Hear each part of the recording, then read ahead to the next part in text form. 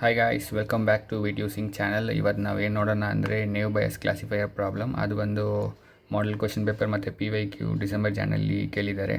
ಅದೇನೆಂದರೆ ಡೇಟಾ ಕೊಟ್ಬಿಟ್ಟು ಅದರಲ್ಲಿ ನಾವು ಯಾವುದು ಹೈಯೆಸ್ಟ್ ಬರೋಕ್ಕೆ ಪ್ರೊಬಬಿಲಿಟಿ ಇದೆ ಅಂತ ಕಂಡುಹಿಡಿಬೇಕು. ಸಿನ್ಸ್ ಇಲ್ಲಿ ಮೂರೇ ಡೇಟಾ ಕೊಟ್ಟಿದ್ದಕ್ಕೆ ನಾವೇನು ಮಾಡ್ತೀವಿ, ಈ ಫಾರ್ಮುಲಾ ಯೂಸ್ ಮಾಡ್ತೀವಿ. P of Cx reciprocal of C P of xi ಇಲ್ಲಿ ಸಿ ಬಂದು ಕ್ಲಾಸ್ ಅಂದರೆ ಏನು, ಇವಾಗ ಆರೆಂಜ್ ಇರ್ಬೋದು, ಬನಾನಾ ಆ್ಯಂಡ್ ಅದರ್ಸ್. ಮತ್ತು ಎಕ್ಸ್ ಇದೆ. ಎಕ್ಸ್ ಏನು ಟಾರ್ಗೆಟ್ ಕ್ಲಾಸಸ್ಲಿ ಏನಿದೆ, ಸ್ವೀಟು, ಲಾಂಗ್. ಇವಾಗ ನಮಗೆ ಈ ಡೇಟಾ ಕೊಟ್ಟಿದ್ದಾರೆ. ಈ ಡೇಟಾಲ್ಲಿ ನಮ್ಗೆ ಏನು ಪ್ರಾಬ್ಲಮ್ ಅಂದರೆ, ಇವಾಗ ಅವರು 350 ಎಲ್ಲೋ ಇದೆ, ಸ್ವೀಟ್ ಬಂದು 450, 0 ಕೊಟ್ಟಿದ್ದಾರೆ. ಅದೇ ಟೋಟಲ್ ಆರೆಂಜಸ್ಸು, ಬನಾನಾ ಮತ್ತು ಅದರ್ಸ್ ಎಷ್ಟಿದೆ ಅಂತ ನಮ್ಗೆ ಹೇಳಿಲ್ಲ. ಅದಕ್ಕೆ ನಾವು ಇವಾಗ ಏನು ಮಾಡ್ತೀವಿ, ನಾವೇ ಒಂದು ಅಪ್ರಾಕ್ಸಿಮೇಟಾಗಿ ತಗೊಳ್ತೀವಿ. ಟೋಟಲ್ ಫ್ರೂಟ್ಸ್ ಅಂತ ತಗೊಂಡು ಆರೆಂಜ್ ಒಂದು ಅಪ್ರಾಕ್ಸಿಮೇಟಾಗಿ ನಾನು 500 ತಗೊಳ್ತೀನಿ, ನೀವು ಎಷ್ಟಾದ್ರು ತಗೋಬೋದು. ಆಮೇಲೆ ಬನಾನಾ ಬಂದು ಅದನ್ನು 500 ತಗೊಳ್ತೀನಿ. ಇಲ್ಲಿ ಬಂದು ಕಡಿಮೆ ಇದೆ, ಅದಕ್ಕೆ ತುಂಬ ಜಾಸ್ತಿ ತೊಗೋಬಾರ್ದು. ಅದಕ್ಕೆ ಏನು ಮಾಡ್ತಾಯಿದ್ದೀನಿ, 150 ತಗೊಳ್ತೀನಿ. ಇವಾಗ ಸ್ಟೆಪ್ 1ಅಲ್ಲಿ ಆಸ್ ಯೂಶುವಲ್ ನಾವು ನೇವ್ ಬಯಾಸ್ ಮಾಡುವಾಗ ಏನು ಮಾಡ್ತೀವಿ, step 1ಅಲ್ಲಿ prayer probability ಕಂಡುಹಿಡಿತೀವಿ.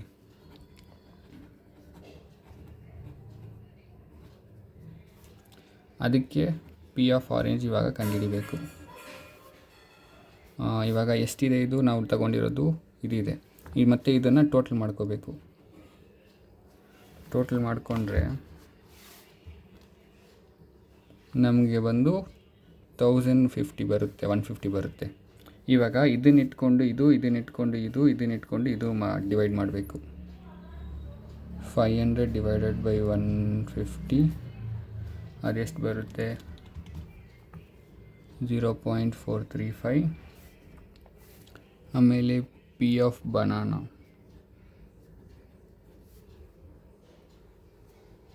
500 divided by 1150 ಇದು ಸೇಮ್ ಬರುತ್ತೆ. ಮತ್ತು P ಆಫ್ ಅದರ್ಸ್ ಇದು 150 ಡಿವೈಡೆಡ್ ಬೈ 1150 ಇದೆಷ್ಟು ಆಗುತ್ತೆ,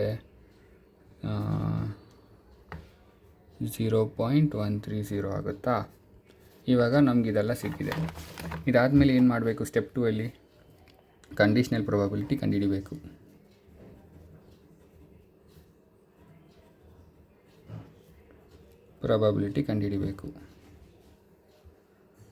ಕಂಡೀಷ್ನಲ್ ಪ್ರೊಬಬಿಲಿಟಿ ಏನು ಮಾಡ್ತೀವಿ ನಾವು ಇವಾಗ, ಇಂಡಿಷ್ನಲ್ ಪ್ರೊಬಬಿಲಿಟಿ ಅಂದರೆ orange of yellow, orange of sweet, orange of yellow, orange of sweet, orange of long. ಇದನ್ನು ಕಂಡುಹಿಡಿಬೇಕು. ಫಸ್ಟ್ ಆರೆಂಜ್ ಕಂಡುಹಿಡಿಯೋಣ. ಆರೆಂಜಾ, ಇವಾಗ P ಆಫ್ ಯೆಲ್ಲೋ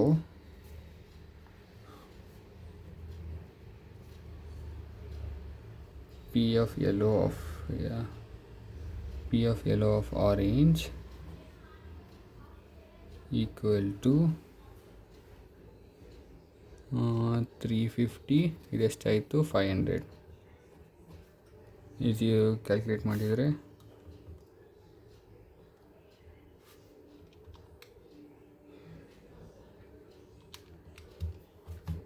0.7 ಬರುತ್ತೆ.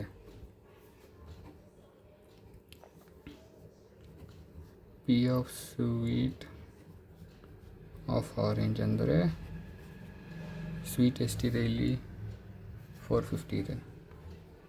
450 by 500 0.9.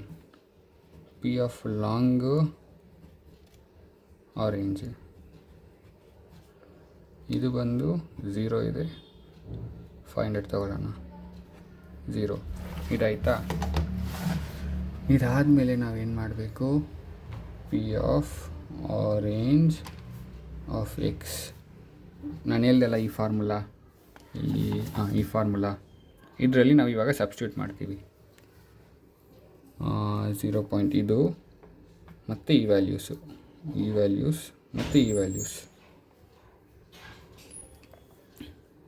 435 into 0.7 into 0.9 into 0. Of course ಇದು 0 ಇಂದ ಮಲ್ಟಿಪ್ಲೈ ಆಗಿರೋದ್ರಿಂದ ಕಂಪ್ಲೀಟ್ 0 ಆಗುತ್ತೆ.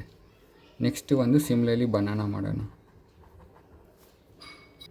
ಇವಾಗ ನಾನು ಮಿಕ್ಕಿದೆಲ್ಲ ಮಾಡಿದ್ದೀನಿ. ಇವಾಗ ಬನಾನಾ ಮಾಡಾದ್ಮೇಲೆ ಇಷ್ಟು ಬರುತ್ತೆ ನಮಗೆ. ಆಮೇಲೆ ಅದರ್ಸ್ ಮಾಡಾದ್ಮೇಲೆ ನಮಗೆ 0.0096 ಬರುತ್ತೆ.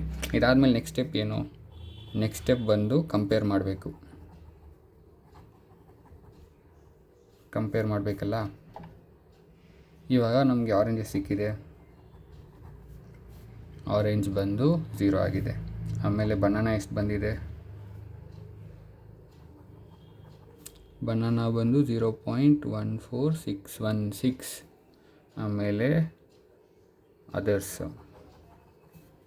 ಎಷ್ಟು ಬಂದಿದೆ? 0.0096 ಬಂದಿದೆ. ಇವಾಗ ಇದನ್ನು ಕಂಪೇರ್ ಮಾಡಬೇಕು. ಅರೇಂಜ್ ಮಾಡೋಣ ಇದನ್ನು. 0.14616 ಫಸ್ಟ್ ಬರುತ್ತೆ. ನೆಕ್ಸ್ಟ್ ಬಂದು 0.096 ಅದು. ಆಮೇಲೆ 0 ಬರುತ್ತೆ. ಇವಾಗ ಇದರಲ್ಲಿ ಹೈಯೆಸ್ಟ್ ಯಾವುದು? ಇದು ಹೈಯೆಸ್ಟ್ ಇದೆ. ಬನಾನಾ ಅದು ನಮಗಿವಾಗ ಹೈಯೆಸ್ಟ್ ಆಗಿದೆ. ಅದಕ್ಕೆ ಇವಾಗ ಏನದು? ದೆನ್ ಇವಾಗ ಕನ್ಕ್ಲೂಷನ್ ಬರ್ತ್ಕೊಳ್ಳಿ. ದ ನ್ಯೂ ಸ್ಯಾಂಪಲ್ ಯೆಲ್ಲೋ ಮತ್ತೇನು ಕೊಟ್ಟಿದ್ದಾರೆ? ಸ್ವೀಟು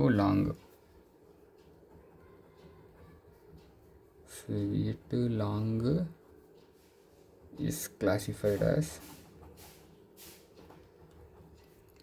as ಏನು ಬಂದಿದೆ? ಯಾರಿಗೆ ಬಂದಿದೆ? ಬನಾನಾಗೆ ಬಂದಿದೆ.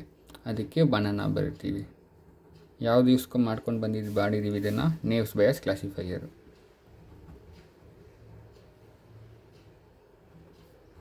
ನೇವ್ಸ್ ಬೇಸ್ ಕ್ಲಾಸಿಫೈಯರ್ ಯೂಸ್ಕೊಂಡು ಮಾಡಿದ್ವಿ. ಅದು ಕ್ಲಾಸ್ ಎಷ್ಟಾಯಿತು? Class equal to banana.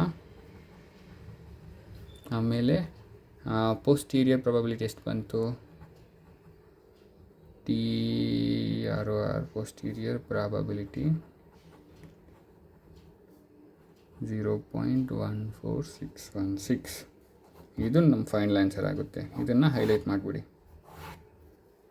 Thanks for watching. ಏನಾದ್ರು ಡೌಟ್ ಇದ್ದರೆ ಕಮೆಂಟ್ ಮಾಡಿ.